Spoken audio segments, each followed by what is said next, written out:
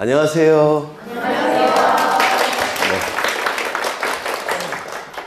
많이 나오셨네요, 생각보다. 금년이 다 끝나가서, 네. 지난 시간에 한 거를 잠시 보겠습니다. 지난 시간에 한 거. 등기를 신청할 때는 신청 정보라는 것을 등기소에 제공을 할 겁니다. 이 등기 신청 정보가 등기소에 제공이 되면 이 신청 정보의 내용을 보고서 등기 기록에 등기부에 옮겨 적습니다. 이를 등기를 시행한다라고 얘기를 했습니다. 그런데 이 신청 정보의 내용이 정확해야지만 이 등기관이 옮겨 적은 등기부의 내용도 정확할 겁니다. 그렇겠죠? 따라서 신청 정보의 내용을 확인할 수 있는 각종 정보들을 첨부하게 될 겁니다. 이를 첨부 정보라고 불러요. 그래서 등기 신청할 때는 신청 정보와 첨부 정보를 등기소에 제공해야 될 겁니다.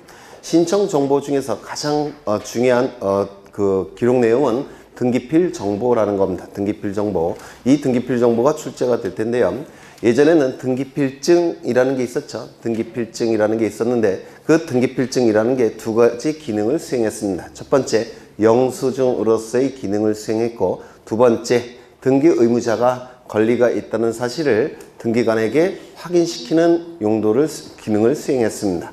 그런데 이 등기필증이라는 제도가 없어졌죠. 따라서 다른 제도가 대신하게 되는데, 첫 번째 영수증으로서의 기능은 등기 완료 통지서가 그 기능을 대신하게 되고, 등기 의무자에게 권리가 있다는 사실을 등기관에게 확인시키는 기능은 등기필 정보가 그 기능을 대신하게 됩니다. 등기필 정보. 그래서 등기 의무자가 권리가 있다는 사실을 등기관에게 확인시키는 기능을 등기필 정보가 수행하는데, 등기 의무자가 등기소에 제공하는 겁니다. 따라서 공동신청의 경우에 등기 의무자가 존재하죠. 공동신청의 경우에 등기 의무자가 등기소에 제공하는 것이 등기필 정보라는 겁니다. 그렇다면 단독신청이라고 한다면 등기 의무자가 존재합니까? 없죠. 따라서 단독신청의 경우에는 원칙적으로 등기필 정보를 등기소에 제공하지 않습니다. 다만 단독신청임에도 불구하고 등기 의무자가 존재하는 경우가 있었습니다. 뭐가 있었습니까? 승소한 등기 의무자가 판결서를 가지고 등기를 신청할 때, 이때는 단독 신청일지라도 등기 의무자가 존재하기 때문에 등기 의무자는 등기필 정보를 등기소에 제공했습니다. 그러면 이런 중요한 기능을 수행하는 등기필 정보가 되기 위한 요건 세 가지 기억하셔야 되는데, 첫 번째, 권리에 관한 등기에서만 등기필 정보가 만들어집니다. 권리에 관한 등기. 따라서 표지부 등기는 등기필 정보가 작성이 됩니까? 안 됩니까? 안 됩니다. 표지부에는 권리에 관한 내용이 기록되지 않기 때문에 그렇습니다. 두 번째, 등기 신청인이 존재해야 됩니다. 등기 신청인. 따라서 직권에 의한 등기라고 한다면 등기필 정보가 작성되지 않습니다. 직권에 의한 등기, 소유권 보존 등기를 얘기하는데 이건 나중에 보실 겁니다. 그 다음에 세 번째, 등기 명의인이 존재해야 됩니다. 등기 명의인. 그렇죠. 등기 명의인이 존재하지 않는 등기는 당연히 등기필 정보가 작성되지 않습니다. 대표 주자는 말소 등기. 말소 등기는 새로운 등기 명의인이 나타나지 않습니다. 그래서 말소 등기는 등기필 정보가 작성되지 않아요. 그래서 권리에 관한 등기일 것, 등기 신청인이 존재할 것, 그 다음에 새로운 등기 명의인이 존재할 것. 하나 더 있죠. 등기 신청인이 새로운 등기 명의인이 될 때, 그때만 등기필 정보가 작성이 됩니다. 신청인과 등기 명의인이 같은 사람일 때만 등기필 정보가 작성이 됩니다. 따라서 다른 사람이라고 한다면 등기필 정보는 작성되지 않을 겁니다. 굉장히 어려운 내용을 지금 한 거예요. 그 다음에 또 뭐가 있습니까? 첨부 정보 중에서 검인계약서. 검인계약서도 대단히 중요한데요. 4개의 요건이 있다고 그랬죠. 첫 번째 뭐였습니까? 등기 원인이 계약일 것. 두 번째, 등기의 목적이 소유권 이전 등기를 목적으로 할 것. 세 번째, 부동산일 것. 네 번째, 실체 관계와 부합하는 등기를 위해서. 요 4가지 요건이 충족이 될 때는 검인계약서를 첨부한다고 했습니다. 하나 더, 토지거래허가서. 기억나십니까? 토지거래허가서 뭐가 있었습니까? 요건이 첫 번째, 유상일 것. 두 번째, 등기원인이 계약이나 이약일 것. 세 번째, 소유권에 관한 등기거나 지상권에 관한 등기일 것. 그렇죠. 그때만 토지거래허가 정보 허가서를 등기소에 제공하게 될 겁니다. 그 다음에 농지증이 있었죠. 농지취득자격증명원. 농지증 첫 번째, 농지일 것. 두 번째, 자신의 의사로서. 세 번째, 새롭게. 네 번째, 취득할 때. 취득은 소유권 이전 등기 형식으로 취득하는 걸 얘기합니다. 이때만 농지증을 첨부한다고 했습니다. 그 다음에 마지막으로 인감증명. 인감증명이라는 것은 등기 신청 정보에 찍혀있는 등기 의무자의 도장이 진짜 등기의무자 자신의 도장인지를 등기관에 확인해야 되기 때문에 등기의무자는 등기소에 인감증명을 첨부하는 겁니다. 그렇죠. 신청 정보에 찍혀있는 도장이 진짜 등기의무자의 도장인지를 등기관에게 확인시키는 용도로서 등기의무자가 등기소에 제공하는 것이 인감증명이라는 겁니다. 따라서 이것도 등기의무자가 제공하는 거니까 이 공동신청의 경우에만 인감증명을 첨부합니다. 단독신청의 경우에는 인감증명을 첨부하지 않습니다. 승소한 등기의무자가 판결에 의한 등기신청할 때도 인감증명 첨부하지 않습니다. 그건 등기필 정보만 그렇고요. 그래서 이 인감증명은 공동신청의 경우 등기의무자가 첨부하는 겁니다. 단독신청의 경우에는 인감증명 첨부하지 않습니다. 그렇다면 관공서가 등기를 촉탁할 때는 단독 촉탁이 원칙입니다.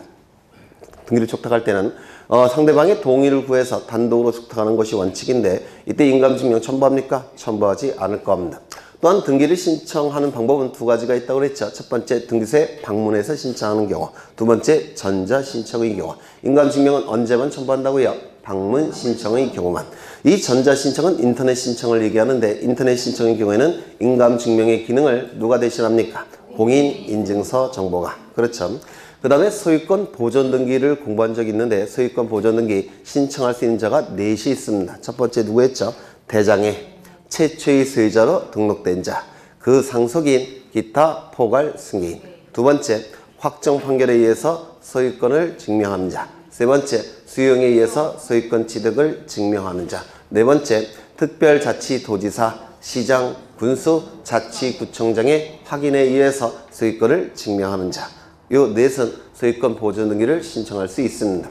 첫 번째부터 세 번째까지는 건물, 토지 보존 등기 신청이 가능하지만 마지막에 특별자치도지사, 시장, 군수, 그 다음에 자치구청장이 확인에 의해서 보존 등기를 신청하는 것은 토지는 안 되고 건물만 된다고 했습니다. 그렇죠. 얼핏 기억나시죠? 정확하게 기억 안 나셔도 괜찮아요. 얼핏 기억나시면 돼요.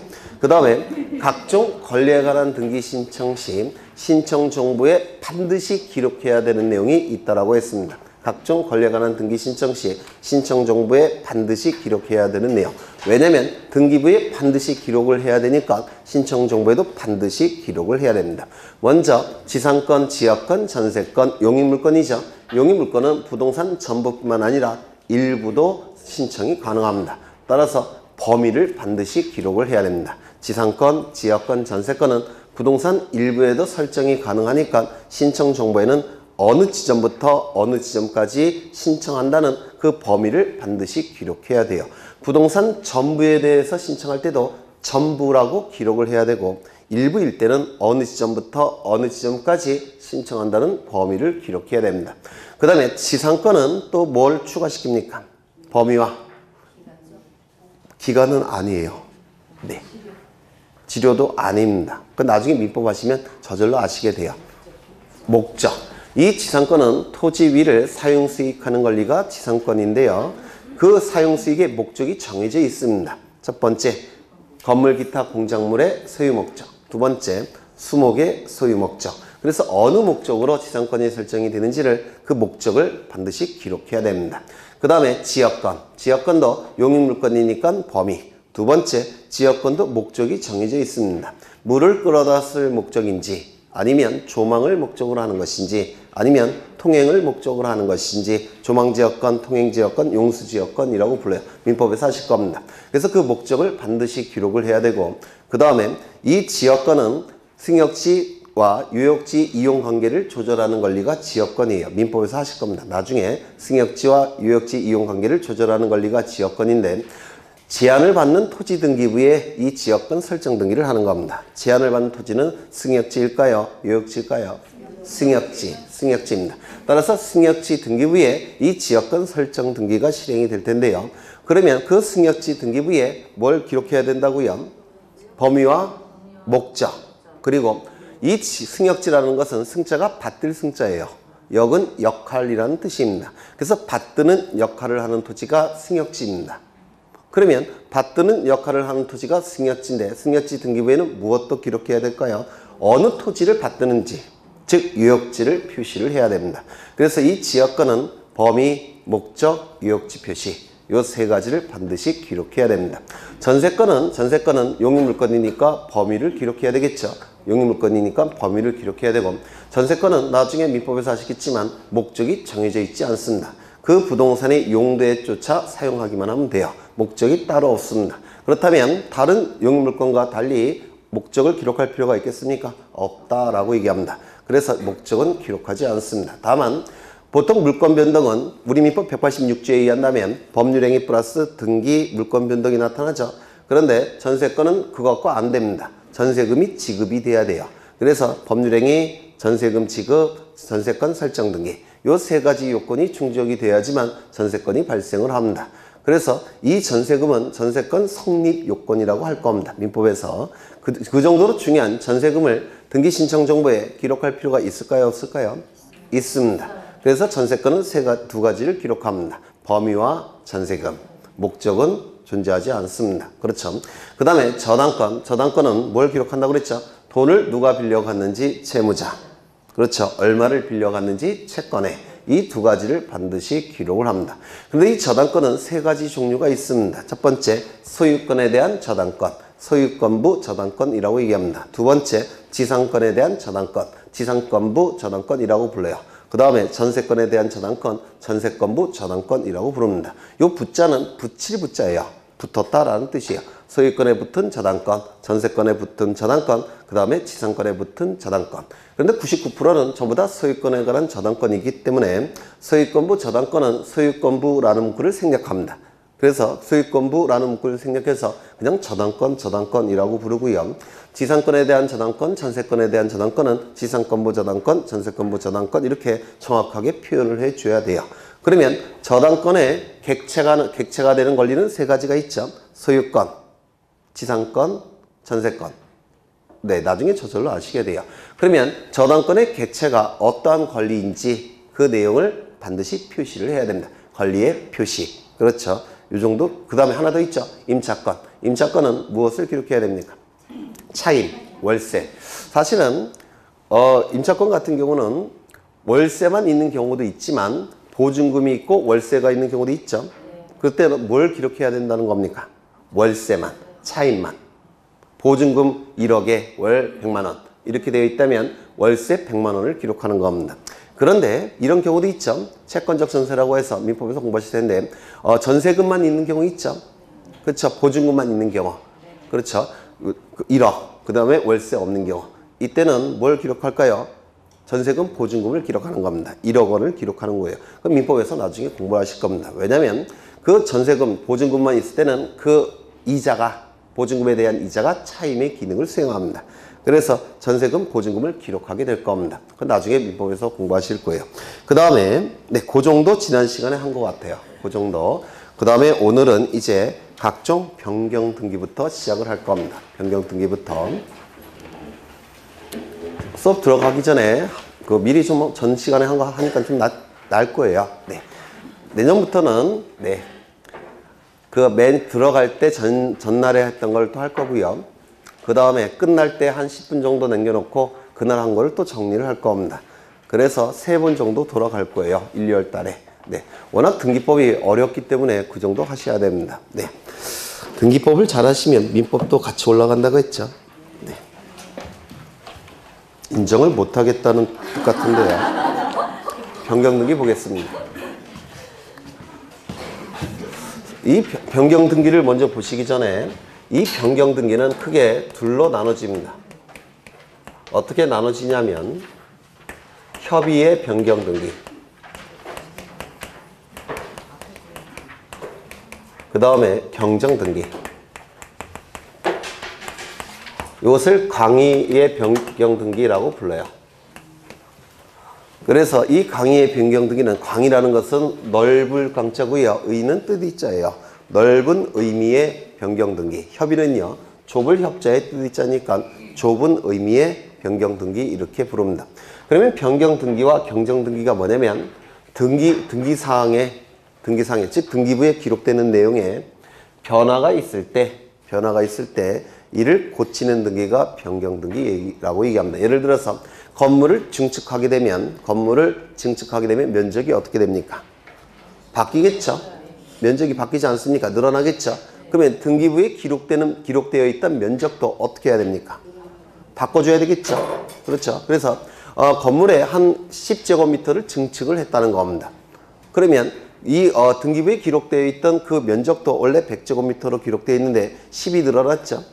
그래서 110으로 바꿔줘야 되겠죠? 이를 변경등기라고 얘기합니다. 등기사항에 변화가 나타났기 때문에 등기부를 고치는 등기, 변경등기라고 불러요. 변은 변화, 경은 고칠 경자입니다.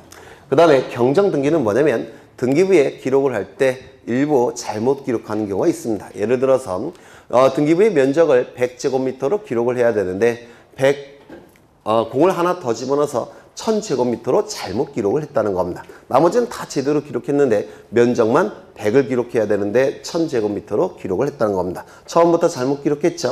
그러면 처음부터 잘못 기록했으니까 등기부에 기록된 이 1000제곱미터를 얼마로 고쳐야 되겠습니까? 100으로 고쳐줘야 되겠죠? 그래서 등기부를 고쳐서 등기부를 바로 잡아주는 등기, 경정등기라고 얘기합니다. 그래서 이 경자는 고칠 경자고 정자는 바로 잡을 정자예요. 등기부를 고쳐서 바로 잡는 등기, 경정등기라고 불러요. 그래서 이 한자를 이해하시면 돼요. 등기사항에 변화가 나타났기 때문에 일부 변화가 나타났기 때문에 등기부를 고치는 등기가 바로 협의의 변경등기. 그냥 보통 생략해서 변경등기라고 얘기합니다. 경정등기는 등기부에 처음부터 일부 잘못 기록을 했기 때문에 등기부를 고쳐서 등기부를 고쳐서 등기부를 바로잡는 변경등기라고 얘기를 합니다. 그래서 개념을 일단은 이해를 해 두셔야 되고요. 여기 부동산이 존재합니다. 부동산이 존재하면 이 부동산 권리에 관한 정보들을 등기부에 기록을 할 겁니다. 등기부에 기록을 할 겁니다. 요즘은 등기 기록이라는 용어를 더 많이 씁니다. 등기부에 기록을 할 겁니다. 기록할 때는 정확하게 기록해야 되겠죠. 어떤 내용을 기록합니까? 먼저 부동산에 관한 정보를 기록해야 될 테고 권리에 관한 정보도 기록을 할 겁니다. 맞습니까? 그렇죠. 그래서 표제부에는 부동산 표시에 관한 내용을 부동산에 관한 정보는 뭡니까? 부동산 표시라고 했죠. 부동산에 관한 정보는 부동산 표시입니다. 부동산 표시사항을 표제부에 기록할 때고 갑구와 을구에는 권리에 관한 정보들을 기록을 할 겁니다. 권리관계에 관한 정보들을 기록할 겁니다. 권리 변동. 기억나십니까? 네. 권리의 보전, 설정, 이전, 변경, 소멸, 처분 제한 여기에 관한 내용을 여기다가 기록을 할 겁니다. 그러면 이 부동산 표시사항은 크게 둘로 나눠지죠. 먼저 뭘로 나눠집니까? 건물의 표시. 두 번째는요. 토지의 표시. 이러한 내용이 등기부에 기록이 될 겁니다. 건물의 표시사항 뭐가 있었죠? 소재. 그 다음에 뭐가 있습니까? 대지지번. 건물의 대지지번, 건물의 종류, 건물의 구조, 건물의 면적. 외워두셔야 돼요. 소지, 종구면 이렇게 외웠습니다. 토지의 표시사항은 소재, 그 다음에 지번, 지모, 면적 이런 것들이 기록이 될 겁니다. 그 다음에 갑구, 을구에서 권리에 관한 정보가 기록이 될 텐데요. 먼저 권리의 종류별로 그 내용들이 기록이 될 겁니다. 권리의 종류별로. 예를 들어서 소유권이라고 한다면 지분이 있을 때 이 지분이 기록이 될 겁니다. 이 지분은 나중에 민법에서 보실 거예요. 그 다음에 지분이 뭔지는 들어보셨습니까? 네. 여러 명이 하나의 부동산에 대해서 소유권자가 여러 명일 때 그 각각의 소유권자가 갖는 권리의 양, 이게 바로 지분이에요. 나중에 민법에서 하실 겁니다. 지상권이나 지역권이나 전세권이라고 한다면 존속기간 이런 것들이 기록이 될 겁니다. 지료가 있다면 지료도 기록될 수가 있어요. 또한 저당권이라고 한다면 누가 빌려갔는지 채무자, 얼마를 빌려갔는지 채권에 뭐 이런 것들이 기록이 될 겁니다. 그렇겠죠? 임차권이라고 한다면 차임 또는 뭐 존속기간, 임대차 기간 이런 것들이 기록이 될 겁니다. 또한 권리자도 기록되겠죠. 권리자도 갑구일구에 기록이 돼요. 권리자도 권리자에 관한 내용이 기록이 될 겁니다. 그럼 등기부에 기록된 권리자를 뭐라고 부르냐면 등기명의인이라고 불러요. 이 등기명의인에 관한 정보도 등기부에 기록이 되는데요. 이걸 등기명의인 표시사항이라고 부릅니다. 등기명의인에 관한 정보를 등기명의인 표시사항이라고 불러요. 그러면 등기명의인 표시사항은 뭐가 있느냐면 이름, 주민번호, 주소, 이것을 등기명의인 표시사항이라고 부릅니다. 즉 권리자에 관한 정보가 이름, 주민번호, 주소가 등기부에 기록이 될 겁니다. 갑굴구에, 소유권자라고 한다면 갑구에, 소유권 이외의 권리자라고 한다면 을구에 기록이 될 겁니다. 그렇겠죠? 여기까지 어려운 거 있습니까? 없죠? 네. 그러면 기록이 될 때는 처음에 정확하게 기록을 할 겁니다. 정확하게 기록을 해야 되는데 나중에 일부 변화가 발생을 했더라는 겁니다. 예를 들어서 건물을 증축했다는 겁니다. 그러면 면적이 달라지겠죠? 나머지는 변화가 없는데 면적만 달라졌다는 겁니다. 즉 나중에 일부 변화가 나타나서 이 등기부에 기록되는 내용과 일치하지 않는 내용이 발생을 했더라는 겁니다. 그럴 수 있겠죠? 네. 그러면 이걸 뭐라고 부르냐면 나중에라는 표현을 법률 용어로 후발적이라고 불러요. 민법에서 공부하셨을 겁니다. 나중에라는 의미가 후발적이라는 뜻이에요. 그 다음에 일부 변화가 나타났으니까 일부 불일치가 발생을 했을 겁니다. 그렇죠? 면적 부분에 한해서 일부 불일치가 발생을 했다는 겁니다. 그러면 이 등기부에 기록되는 면적 부분은 변화가 나타났으니까 고쳐야 됩니까? 고칠 필요가 없습니까? 당연히 고쳐야 되겠죠. 왜? 정확한 내용만 공시가 돼야 되기 때문에 그렇습니다. 그러면 이 불일치 부분을 일치시켜줘야 될 겁니다. 이 일치시켜주는 등기가 무슨 등기라고 부를까요? 나중에 일부 변화가 나타나서 원시적, 아니 후발적 일부 불일치. 그러면 등기부를 고쳐줘야 되겠죠. 그럼 무슨 등기라고 부를까요? 변경 등기. 이게 바로 변경 등기라는 겁니다. 등기사항에 일부 변화가 나중에 나타났기 때문에 등기부를 고쳐주는 등기, 이를 변경 등기라고 부릅니다. 그 다음에 처음부터 일부 잘못 기록하는 경우가 있겠죠. 일부 잘못 기록하는 경우가 있습니다. 그러면 면적을 면적 부분을 나머지는 전부 다 제대로 기록했는데 면적만 잘못 기록했다는 겁니다. 원래는 100제곱미터로 기록해야 되는데 공을 하나 잘못 넣어서 1000제곱미터로 기록을 했다는 겁니다. 나머지는 다 제대로 기록을 했습니다. 처음부터 일부 잘못 기록했죠. 그러면 이 잘못 기록한 부분은 어떻습니까? 네? 여기는 원래는 여기 면적이 얼마입니까? 100. 근데 여기는 얼마로 기록됐습니까? 1000. 그래서 잘못 기록이 됐으니까 불일치하겠죠. 그렇죠. 이거는 처음부터라는 문구는 법률 용어로 원시적이라는 용어를 써요. 처음부터. 이 원자는 근원 원자고요. 시자는 시작할 시자입니다. 그래서 처음부터, 맨 처음부터 이런 뜻이에요. 원시적으로 일부 불일치가 발생을 했습니다. 그러면 이거는 제대로 공시하겠습니까? 공시능이 발휘되겠습니까? 발휘되지 않겠죠? 어떻게 해야 됩니까? 일치시켜줘야 되겠죠? 그래서 일치시켜주는 등기. 이것을 뭐라고 부릅니까? 등기부를 고쳐서 바로잡는 등기. 경정등기라고 부릅니다. 경정등기라고 부릅니다. 그런데 여기서 하나 짚고 넘어가야 될 게 있는데 위에 건 위건 아래건 여기서 일부만 처음부터 일부에만 변화가 나타났다는 거. 일부. 근데 일부만 잘못 기록됐다는 겁니다. 그래서 그 일부만 고치는 게 변경이나 경정등기예요. 그러면 나머지 부분은 다 제대로 기록되어 있죠. 네. 맞습니까? 네. 그래서 이 변경과 경정등기는 그 이전과 이후가 동일성이 유지돼야 된다라고 얘기합니다. 이게 대단히 중요해요. 그래서 동일성이 유지돼야지만 이 변경등기와 경정등기를 할 수가 있습니다. 공통점이 뭐라고요? 변경 전과 변경 후, 경전 전과 경정 후는 일부만 고쳤기 때문에 동일성이 유지가 돼야 됩니다. 나머지는 제대로 기록되어 있어야 된다는 겁니다. 만약에 전부 불일치라고 한다면 여기서 전부 변화가 나타났다면 여기도 전부 처음부터 잘못 기록했다면 그때는 일부가 아니죠. 그때는 변경이나 경정 등기를 할 수가 없습니다. 그때는 기존의 등기를 다 말소합니다. 그리고 새로 등기를 해야 됩니다.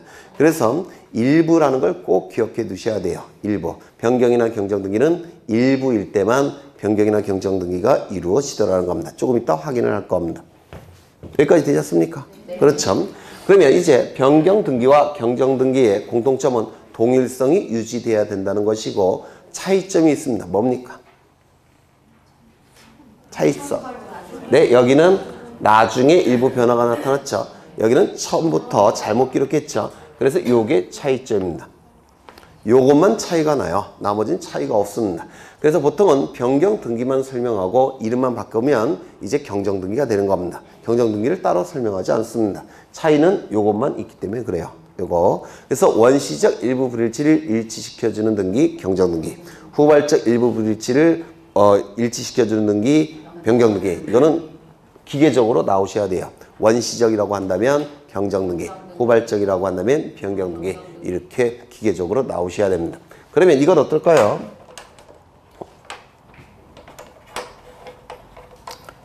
종류가 바뀌었다는 겁니다. 예를 들어서 전세권 등기를 해야 되는데 지상권 등기를 했다는 겁니다. 처음부터 전세권 등기를 해야 되는데 처음부터 지상권 등기를 했더라는 겁니다. 처음부터 잘못 기록한 거죠. 그럼 이때는 경정 등기를 할 수 있을까요? 없을까요? 있습니까? 종류가 바뀌는 것은 일부 불일치가 아니에요. 종류가 바뀌는 건 전부 불일치입니다. 따라서 이때는 경정 등기를 할 수가 없습니다. 종류가 바뀌는 것은. 이때는 무슨 등기 하겠습니까? 말소 등기. 이 지상권 등기를 말소한 다음에 전세권 등기를 새로 해야 됩니다. 왜? 전부 불일치이기 때문에 그렇습니다. 그렇죠? 이것 꼭 기억해 두셔야 돼요. 종류가 바뀌는 것은 전부 불일치에 해당이 되기 때문에 변경 등기나 경정 등기를 할 수가 없습니다. 이때는 기존의 등기를 말소하고 새롭게 등기를 해야 됩니다. 이거 꼭 기억하셔야 될 중요한 내용입니다. 그러면 이제 여기 보시면 이 부분에 변화가 나타났다는 겁니다. 소재지에 변화가 나타났든지 아니면 지번에 변화가 나타났다든지 아니면 면적에 변화가 나타났을 때 그때 이 부분을 고치는 등기가 무슨 등기라고 하겠습니까? 네? 변경 등기겠죠. 무엇에 대한 변경 등기냐면 부동산 표시사항에 대한 변경 등기죠. 그래서 여기 변화가 나타났을 때 하는 등기가 부동산 표시사항이 바뀌었다고 해서 부동산 표시 변경 등기라고 얘기합니다. 부동산 표시 변경 등기. 그 다음에 권리의 종류가 바뀔 때는 변경이나 경정 등기가 아니라고 했습니다. 내용의 일부 바뀔 때만 바로 변경 등기나 경정 등기예요. 그러면 이때 내용의 일부가 바뀔 때 이루어지는 등기가 뭘까요? 권리의 내용이 바뀌었다고 해서 권리 변경 등기라고 부릅니다. 권리 변경 등기. 그 다음에 이름이나 주민번호나 주소가 바뀔 수가 있겠죠. 나머지는 바뀌지 않았는데 이름만 바뀌었다든지 주민번호가 바뀌었다든지 주소가 바뀌는 경우가 있습니다. 그때는 이름이 뭘까요? 등기 명의인 표시사항이 바뀌었다고 해서 등기 명의인 표시 변경 등기라고 부를 겁니다. 그렇죠. 그런데 이게 나중에 일부 바뀐 게 아니라 처음부터 일부 요 부분을 잘못 기록했다면 처음부터 일부 잘못 기록했다면 이때는 변경이라는 용어를 쓰지 못하고 어떤 용어를 씁니까? 경정. 그렇죠. 이 부분을 처음부터 잘못 기록이 됐다면 부동산 표시 경정 등기. 여기는요. 권리 경정 등기. 여기는 등기 명의인 표시 경정 등기라고 얘기를 할 겁니다. 그래서 똑같아요. 원시적이면 경정, 후발적이면 변경. 네, 똑같습니다. 그 차이만 있고. 그러면 이 내용들이 출제가 이제 될 텐데 우리 책에는 굉장히 많은 내용이 있지만 나오는 건 정해져 있습니다. 그 나오는 것만 좀 이해를 해보겠습니다. 먼저 부동산 표시 변경 등기. 첫 번째, 이 부동산 표시 변경 등기는 등기부의 어느 부분에서 이루어질까요? 표제부, 갑구, 을구 중에서 어디? 당연히 표제부죠. 표제부에서 이루어지는 등기입니다. 두 번째, 이 부동산 표시 변경 등기는 단독 신청일까요? 공동 신청일까요? 등기가 이루어짐으로 인해서 권리를 상실하여 불이익이 발생하는 자가 등기무자죠. 이 등기무자가 있으면 공동 신청, 없다면 단독 신청. 그런데 이 부동산 표시 사항은 권리에 관한 내용이 기록됩니까? 안 됩니까? 전혀 없죠. 권리에 관한 내용이 없으니까 권리를 상실한다 이런 문구를 쓸 수 있습니까? 없습니다. 따라서 단독이겠습니까? 공동이겠습니까? 단독 신청이 될 수밖에 없습니다. 단독 신청입니다. 세 번째, 이 부동산 표시 변경 등기를 신청할 때 첨부해야 될 가장 중요한 정보는 뭘까요? 부동산 표시 사항은 기준이 대장입니다. 따라서 대장 정보를 첨부해야 됩니다. 그래서 세 번째 가장 중요한 첨부 정보는 대장 정보입니다. 네 번째, 이건 올해도 출제가 된 건데요. 네 번째, 이 부동산 표시 변경 등기는 주등기 할까요? 부기등기 할까요? 지난 시간에 했죠? 주등기, 부기등기. 주등기. 네? 주등기. 맞습니다. 원래는 일부만 바뀌었기 때문에 동일성을 표현해야 돼서 부기등기하는 게 논리가 맞습니다. 그래서 예전에 종료로 된 등기부에서는 부기등기했습니다. 면적만 바뀌었으니까 나머지는 안 바뀌었죠. 따라서 부기등기 했나요? 안 했나요? 했죠. 부기등기 언제 합니까? 순위를 유지하고자 할 때, 주등기 순위를 유지하고자 할 때, 두 번째 주등기와의 동일성을 표현하고자 할 때, 그때 주등기에 붙여서 기록하는 등기가 부기등기라고 했습니다. 그럼 면적만 바뀌었다면 이때는 동일성이 유지가 되죠. 나머지는 바뀌지 않았으니까. 따라서 주등기와의 동일성을 표현해야 되니까 부기등기가 논리적으로 맞습니다. 그런데 등기예규에서 등기예규는 뭐냐면 대법원에서 만든 규칙을 등기예규라고 얘기하는데 등기예규에서 표제부에는 언제나 주등기한다라고 명시되어 있습니다. 논리는 부기등기가 맞는데 등기예규에서 주등기라고 하고 딱 규정이 되어 있기 때문에 시험에 잘 나옵니다.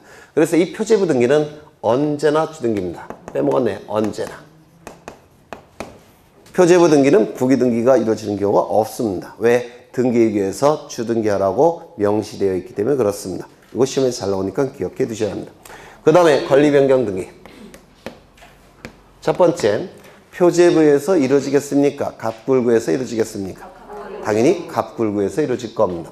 소유권이라고 한다면 갑구, 소유권 이외의 권리라고 한다면 을구에서 이루어지게 될 겁니다.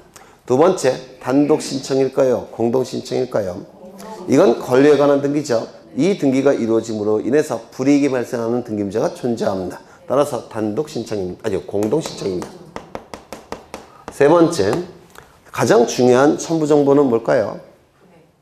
금액. 권리, 예를 들어서 전세금이 10억에서 12억으로 늘어났다는 겁니다. 그러면 소유권자 마음대로 12억으로 늘릴 수 있습니까? 없겠죠. 합의를 봐야 되겠죠. 합의는 어디에 기록됩니까? 계약서. 그렇죠. 그래서 계약서가 가장 중요한 첨부 정보가 될 겁니다. 등기원인 증명정보로서 계약서입니다. 전세금 올리는 것은 멋대로 올릴 수 있는 건 아니에요. 상대방과 합의를 통해서 올리는 거니까 계약이 체결돼야 됩니다. 네 번째, 이게 참으로 중요한데요. 시험에 단골로 나오고. 네 번째, 주등기냐 부기등기냐 요게 문제가 됩니다. 뭘까요? 원칙은 부기등기입니다. 그런데 예외적으로 주등기하는 경우도 있습니다. 이거 좀 이따 볼 겁니다. 그 다음에 이 등기명인 표시변경 등기, 이름이 바뀔 때, 주민번호가 바뀔 때, 주소가 바뀔 때 하는 등기가 등기명인 표시변경 등기고요. 처음부터 잘못 기록이 됐다면 등기명인 표시 경정 등기라고도 얘기할 겁니다. 그렇겠죠? 원시적이면 경정, 후발적이면 변경. 그렇죠? 그러면 이 등기명인 표시변경 등기는 표제부에서 하는 등기입니까? 갑굴구에서 이루어진 등기입니까? 당연히 갑굴구입니다. 소유권자는 갑구에 기록이 될 테고 전세권자, 저당권자, 지상권자 이러한 권리자들은 을구에 기록이 될 겁니다. 그렇죠? 그래서 갑굴구에서 기록이 될 겁니다. 두 번째, 단독 신청일까요? 공동 신청일까요? 이름이 바뀐다고 해서 주민번호가 바뀐다고 해서 주소가 바뀐다고 해서 권리를 상실하는 자가 존재합니까? 존재하지 않죠. 따라서 단독입니까? 공동입니까? 단독 신청이 될 수밖에 없습니다. 세 번째, 가장 중요한 첨부 정보는 뭘까요?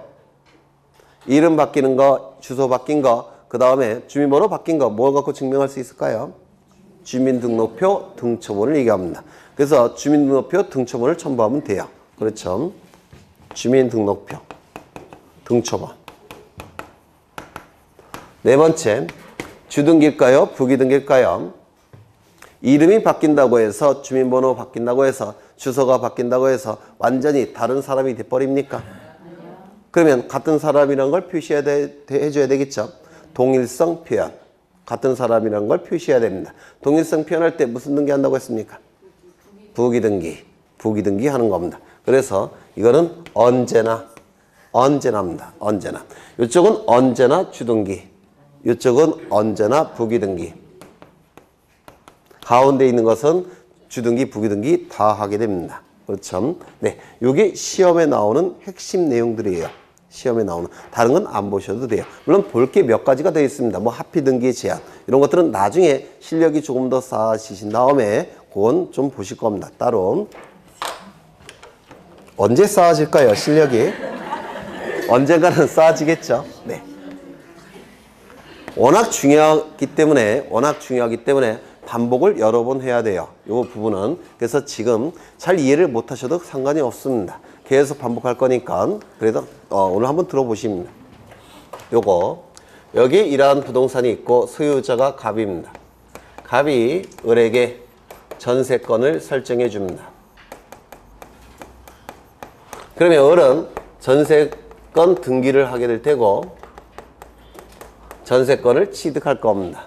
이 전세권 취득하기 위해서 먼저 갑과 을 사이에 전세권 설정 계약을 체결해야 됩니다. 그렇죠? 물권행위. 그 다음에 전세금을 지급해야 될 겁니다. 그리고 전세권 설정 등기까지 하게 되면 이제 전세권이 설정이 돼서 을은 전세권을 취득하게 될 겁니다. 맞습니까? 네, 맞을 겁니다. 전세 금액이 얼마냐면 10억으로 하겠습니다.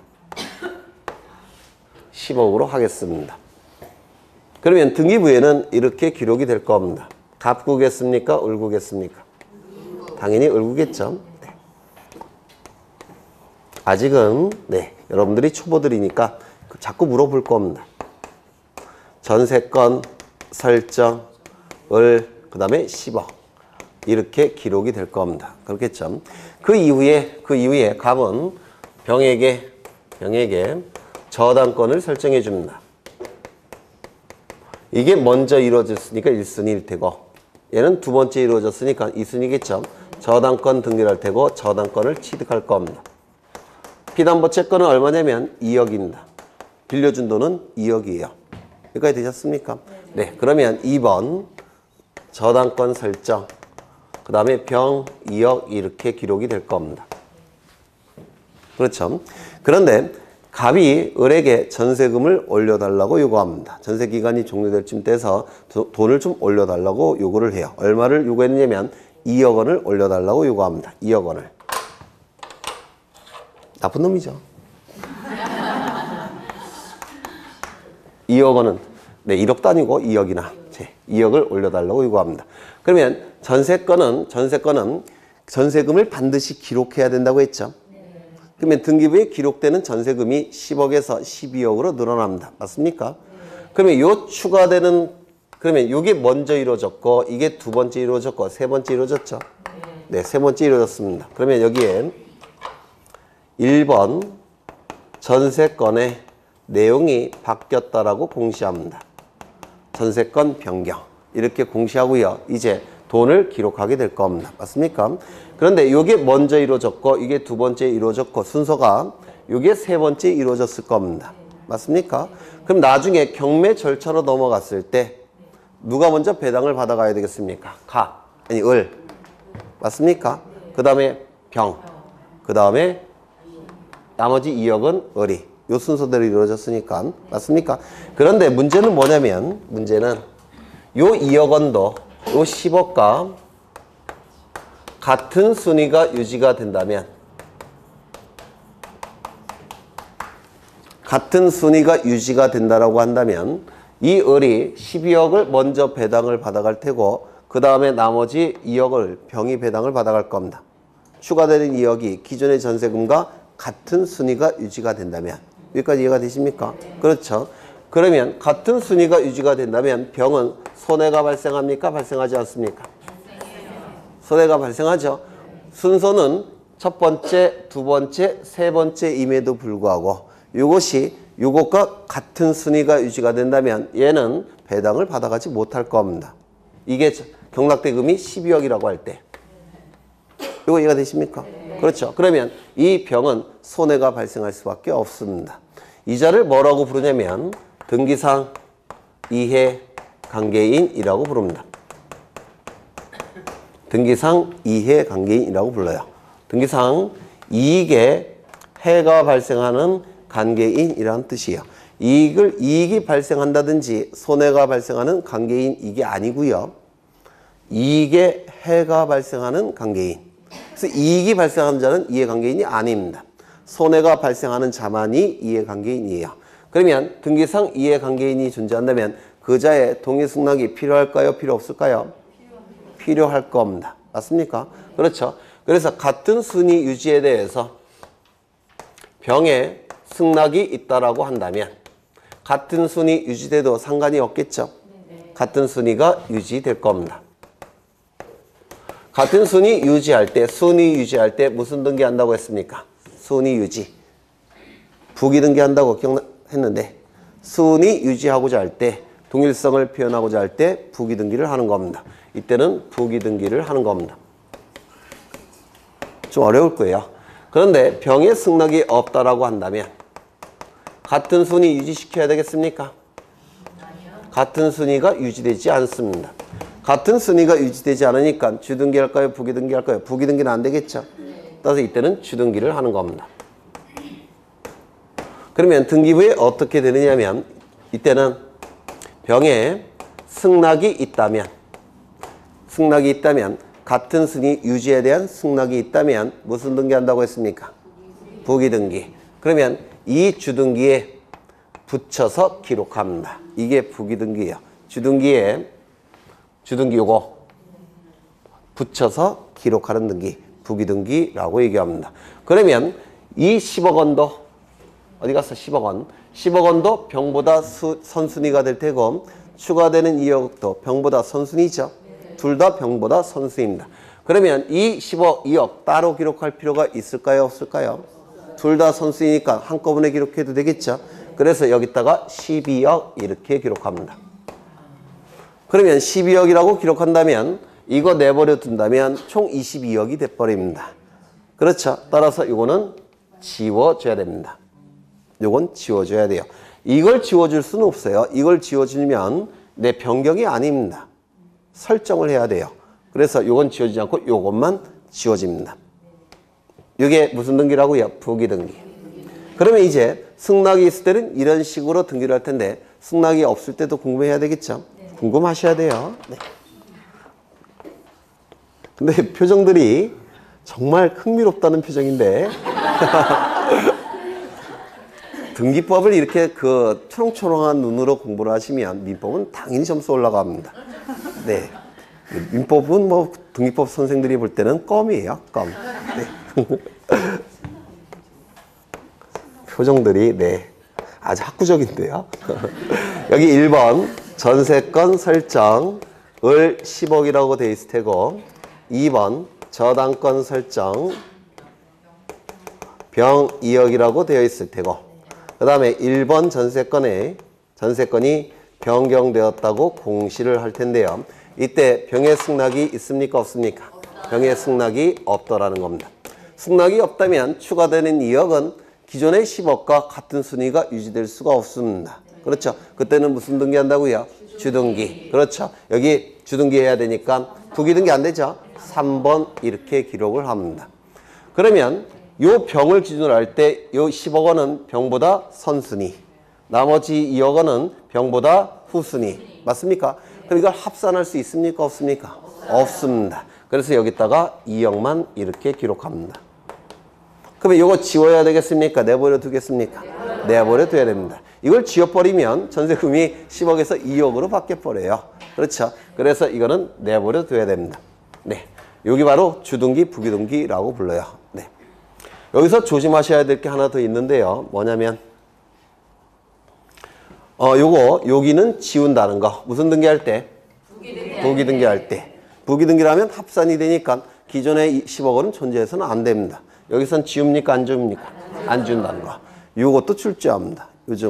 요즘은 요것도 출제가 이루어져요. 여하간 권리 변경 등기는 요게 단걸로 출제가 됩니다.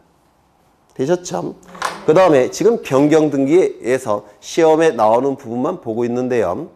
이때 이건 전부 다 후발적 일부 불일치입니다. 맞습니까? 전세금이 나중에 2억 원이 추가된 거니까 나중에 변화가 나타난 거죠. 그래서 변경 등기 형식으로 한 겁니다. 그런데 처음부터 잘못 기록이 됐다면 무슨 등기라고요? 경정 등기. 처음부터 일부 잘못 기록이 돼서 등기부를 고쳐서 바로잡는 등기가 경정 등기라고 했죠. 그러면 경정 등기에서 출제가 되는 부분을 좀 보겠습니다. 여기까지는 똑같습니다. 변경이나 경정은 똑같아요. 원시적, 후발적 그 차이만 있고 똑같습니다. 그런데 경정 등기에서에만 출제되는 부분이 있어요. 그걸 좀 보겠습니다. 여기 부동산이 있을 테고요. 부동산 권리에 관한 정보가 등기부에 기록이 될 겁니다. 요즘은 등기 기록이라는 용어를 더 많이 씁니다. 부동산 표지사항과 권리관계에 관한 정보가 여기다가 기록이 될 겁니다. 그런데 처음부터 일부 잘못 기록이 됐다는 겁니다. 일부 잘못 기록이 됐다는 겁니다. 아이고. 일부 잘못 기록이 됐다면 이거 고쳐야 되겠죠? 그래서 여기의 내용을 고쳐서 바로 잡아야 될 겁니다. 무슨 등기한다고요? 경정 등기를 하게 될 겁니다. 이때 이 잘못 기록이 신청인의 잘못에 의해서 잘못된 신청에 의해서 잘못 기록되는 경우가 있습니다. 그렇겠죠? 예를 들어서 등기 신청 정보에 1000제곱미터라고 정확하게 기록을 해야 되는데 신청인이 신청 정보에 기록할 때 공을 하나 빼먹었다는 겁니다. 100이라고. 이거는 누가 잘못한 겁니까? 등기관이 잘못한 게 아닙니다. 신청인이 잘못한 거예요. 맞습니까? 네. 이때는 이 경정 등기는 신청에 의해서 이루어져야 됩니다. 신청인의 잘못에 의해서 이루어졌다면 일부 불일치가 발생했다면 이거는 신청인이 신청을 통해서 경정 등기가 이루어져야 됩니다. 그런데 등기관이 제대로 신청을 했는데 등기관이 잘못 기록을 했다는 겁니다. 신청 정보에는 1000제곱미터라고 딱 정확하게 나와 있는데 등기관이 등기부에 옮겨 적을 때 공을 하나 빼먹고 100이라고 기록을 했다는 겁니다. 신청인은 제대로 신청했습니다. 그런데 등기관이 잘못 기록한 거죠. 맞죠? 네. 이때는 가장 이해관계가 많은 자는 누구겠습니까? 제일 뿔따고 나는 사람은 누구예요? 신청인. 따라서 신청을 통해서 경정등기 가능합니다. 그 다음에 등기관이 잘못했으니까 알아서 고쳐줘야 되겠죠? 따라서 등기관이 직권으로 할 수도 있습니다. 이렇게 나눠지게 돼요. 이 차이점 느끼십니까? 그렇죠. 여기서 직권에 의한 등기가 출제가 됩니다. 직권에 의한 등기가. 첫 번째, 만약에 등기관이 직권으로 경정등기를 할 때 손해가 발생하는 자가 존재하는 경우도 있고 존재하지 않는 경우도 있을 수가 있습니다. 만약에 존재한다면 직권에 의해서 경정등기할 때 손해가 발생하는 자가 존재한다면 그 자가 뿔따고 나겠습니까? 안 나겠습니까? 나겠죠. 그 자의 승낙서가 필요합니다. 그렇죠. 그래서 첫 번째 등기상 이해관계인이 존재할 때는 그 자의 승낙서가 첨부가 돼야지만 등기관이 직권으로 경정등기를 할 수가 있습니다. 그렇죠. 그래서 등기상 이해관계인의 승낙서가 있어야지만 등기관이 직권을 할 수 있다는 겁니다. 두 번째, 등기관의 잘못에 의해서 등기부에 등기관의 잘못에 의해서 등기부에 기록이 되어 있기 때문에 이때 지방법원장에게 상부 국가기관은 지방법원장이에요. 지방법원장에 먼저 보고를 한 다음에 고쳐야 될까요? 아니면 고친 다음에 보고를 해야 될까요? 네? 네. 보고한 다음에 이게 출제가 됩니다. 사후 보고냐 사전 보고냐. 일단 먼저 고쳐야 되지 않을까요? 후딱 고쳐놓고 내가 이렇게 잘못을 했으니까 심할서도 같이 지출하면 되겠죠. 그래서 두 번째 지방법원장에게 사전에 보고하는 게 아니라 사후 보고를 해야 됩니다. 사후 보고를 합니다. 세 번째, 신청인이 있을 겁니다. 등기 의무자, 등기 권리자, 신청인이 있을 겁니다. 그런데 등기 의무자, 등기 권리자가 없는 등기도 있어요. 그때는 등기 명인에게 내가 잘못 기록을 했으니까 내가 알아서 고쳤다라고 통지를 해야 되는데, 그렇죠? 통지를 해야 됩니다. 사전 통지할까요? 사후 통지일까요? 일단 고쳐놓고 봐야 됩니다. 그렇죠? 고쳐놓고 봐야 되니까 사후 통지입니다. 이러한 자들이 여러 명일 때, 이게 자주 출제가 되는데, 전원에게 통지할까요? 한 사람에게만 통지하면 될까요? 네. 1인에게 통지하면 충분합니다. 그래서 시험에 잘 나옵니다. 사법부 소속의 공무원들은 대단히 권위적이에요. 여기 뭐 그러신 분들 계실 텐데, 일반 행정직과 조금 차이가 납니다. 사후 통지인데 1인에게 통지하면 충분합니다. 이런 것들이 하나 더 있는데, 네 번째. 보통 이 변경 등기나 경정 등기를 등기관이 실행할 때는 변경 전, 변경 후, 경정 전, 경정 후는 동일성이 유지가 되는지 여부를 심사해야 됩니다. 동일성이 유지가 안 되면 그때는 말소한 다음에 새로 등기를 해야 돼요. 그래서 동일성 유지 여부를 심사해야 되는데, 이때는 동일성 유지 여부 심사할까요? 안 할까요? 네? 이건 누가 잘못한 겁니까? 신청인은 제대로 신청했죠. 등기관이 잘못한 것이죠. 따라서 지가 잘못했고 지가 또 심사한다는 게 말이 됩니까? 안 돼요. 따라서 심사하지 않습니다. 이게 경정등기에서 특별히 출제되는 영역입니다. 이렇게 출제가 될 겁니다. 이거 앞으로 10번 정도 할 거예요. 뭐 다 외우겠죠. 네. 시험에 나올 거는 계속 반복을 할 겁니다. 그 다음에 하나 더 있는데요. 하필 등기의 제한이라는 게 있습니다. 그거까지 추가가 되면 이 변경 부동산, 여기서 출제가 되는 거는 다 보시는 거예요. 여기서 출제되는 거는. 네. 근데 그거는 너무 어려워서 굉장히 높은 민법 지식이 필요합니다. 하필 등기의 제한이라는 것은 굉장히 높은 민법 지식이 필요하기 때문에 그건 나중에 볼 겁니다. 아마 4월, 5월쯤 4월쯤 볼 겁니다. 네. 그 정도 보시면 되고요. 쭉 넘어가십니다. 줄은 1월달부터 칠 거예요. 지금은 안 치고 1월달부터 줄 칠 겁니다. 쭉 넘어가시면 됩니다. 이제 363쪽에 말소 등기를 볼 겁니다. 말소 등기. 이 앞쪽에서 출제되는 건 다 보신 거예요. 여기서 나와요. 네. 말소 등기를 보실 건데 쉬었다 해야 되겠죠? 네, 쉬었다 하겠습니다.